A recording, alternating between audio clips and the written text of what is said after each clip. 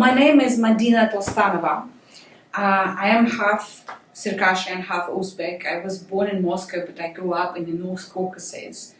And my memory is connected with late spring of 1977, when I had my last day in the kindergarten.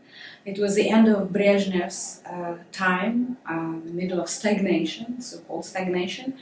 And this was a holiday which was the least ideological in the kindergarten. That meant that the main thing was to promote people's friendship and proletarian internationalism, which was, of course, reflected in the program that we had in this kindergarten graduation party.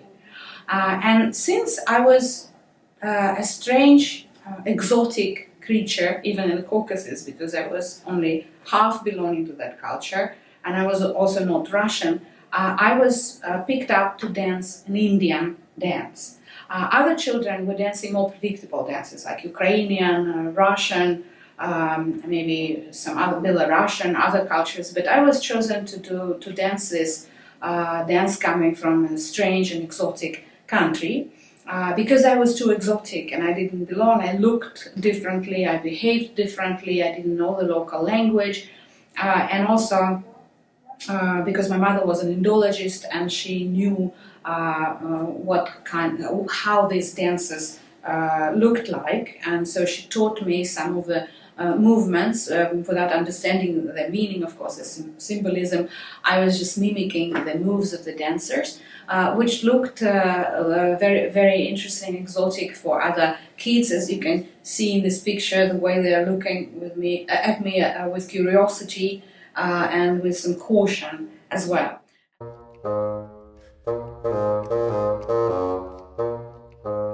And the music which was used for this dance was also very creatively chosen. It was a Raj Kapoor's song from his famous movie Shri 420, where he's singing about his Japanese shoes, Russian hat, and Indian soul. So it was a creative dance, improvised in a sense, but also created by my mother and myself in a sense.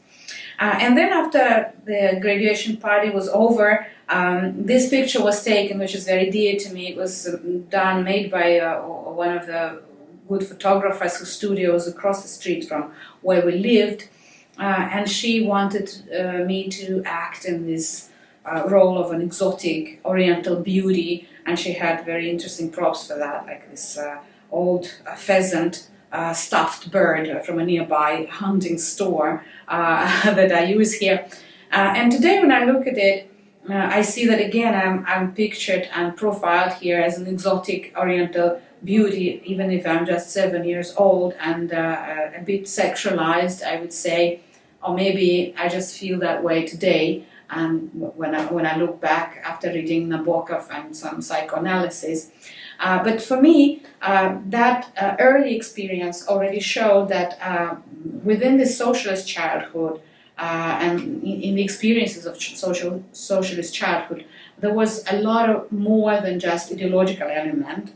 And in my case, of course, it was connected with gender, and it was connected with ethnicity, and a very problematic ethnicity in my case, shifting kind of ethnic identifications that I could never choose and never pick up and never be quite accepted.